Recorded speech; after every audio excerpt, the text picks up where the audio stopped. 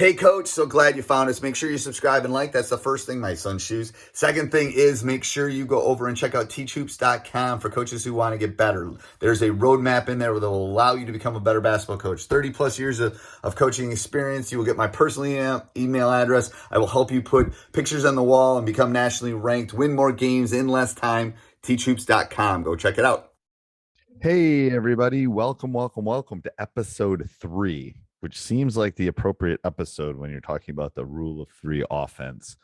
I feel like there should be bells and whistles. I feel like we should be talking something specific when we're doing the third podcast of the rule of 3 podcast. These are only 3 you'll probably ever remember. Not just kidding. But anyway, so remember what we talked about kind of why the rule of 3, why we remember in 3, why we're trying to keep things simplified, why we're trying to take away time from working on half court offense so we can work on skill development, we can work on other things of the game, because the math doesn't support necessarily spending all that time.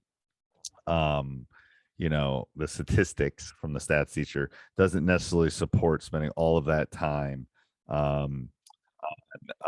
the half court offense when in transition you tend to score 1.1 points possession. In half court it's like 0.7, 0.8. And how much time do you spend in practice on it? So what I've come up with is a way to simplify it. Lots of choices. There's lots of solutions. Like I've said before, there's lots of great offenses. Coach Wheeler runs a great Princeton offense and can teach it up like a zoo. There's this read and react with Rick Torbert, who's awesome, and he can teach you all that. There's the flex, there's a swing, there's a motion, there's all the set. Anyway, there's structured offenses. There's lots of possibilities out there from people a lot smarter than me.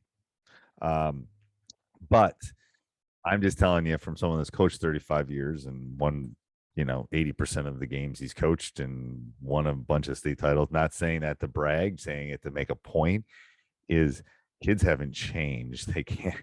We only have them for a finite amount of time, and they can only remember so much. We expect them to remember like their Division I teams playing for Gonzaga. So why I came up with this is I wanted to be able to teach them concepts quickly. I wanted to be able to move on. I wanted to teach them to play. I wanted to be able to work on our transition offense. I wanted to work on, like I said last week, there's only 4 things that happen in basketball. It's offense, defense, transition to defense. 4 things. That's it.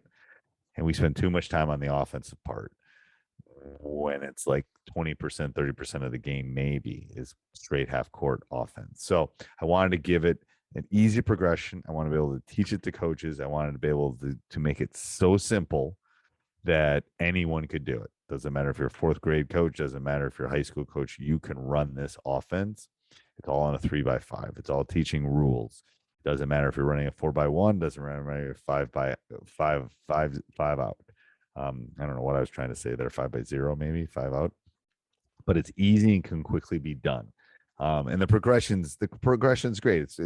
It's teaching them reads. It's teaching them reactions. It's teaching them the simple way to play this game, because it's not that difficult. In that development, we're teaching them reads, we're teaching them, and then we give them reps to do it. And then we give them, I don't know about you, but I have specific roles on my team that kids can do specific things. So they're, every time like I said last week, every time you have the ball, there's a specific read. You're off the ball. You're one. What are you doing? What in those spots? Those are the specific reads. And we rep it. We drill it. We give small sided games. We do that. And then we give, Johnny, you can shoot the open 3 as soon as it is in transition. Sam, you cannot, kind of thing. So it just kind of depends on those. Because we want to turn, we want to get wide, we want to burn. We want to turn and burn, baby. We want to get down the court as fast as humanly possible to score. And we want to be able to work on that transition. It is a great offense. And like I said, next week, I'm going to start getting into the meat and potatoes of it. I'm going to talk about specific reads. I'm going to talk about specific things that will help you and help your team. In a nutshell, it's an offense that will work against man and zone. It's an easy offense to teach. It has progressions, and it's teaching them to play the game. It's not making them robots. It's not making them think, because when you make them do too much analysis, it's analysis by paralysis, paralysis by analysis kind of thing. It's there are too many things going through their head, they won't do any of them. And I only give them 3 because, again, the science proves that the brain can only for short terms keep only so many things. And it's when you walk through the airport and the TSA has the 3 things you must do before you get on. There's a reason things are written in 3s. There's a reason. Snap, crackle, pop. Finger licking good. Life, liberty, pursuit of happiness. There you go.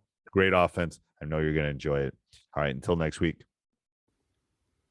Hey, Coach, so glad you enjoyed the video. Subscribe and like, and go over and check out teachhoops.com for coaches who want to get better.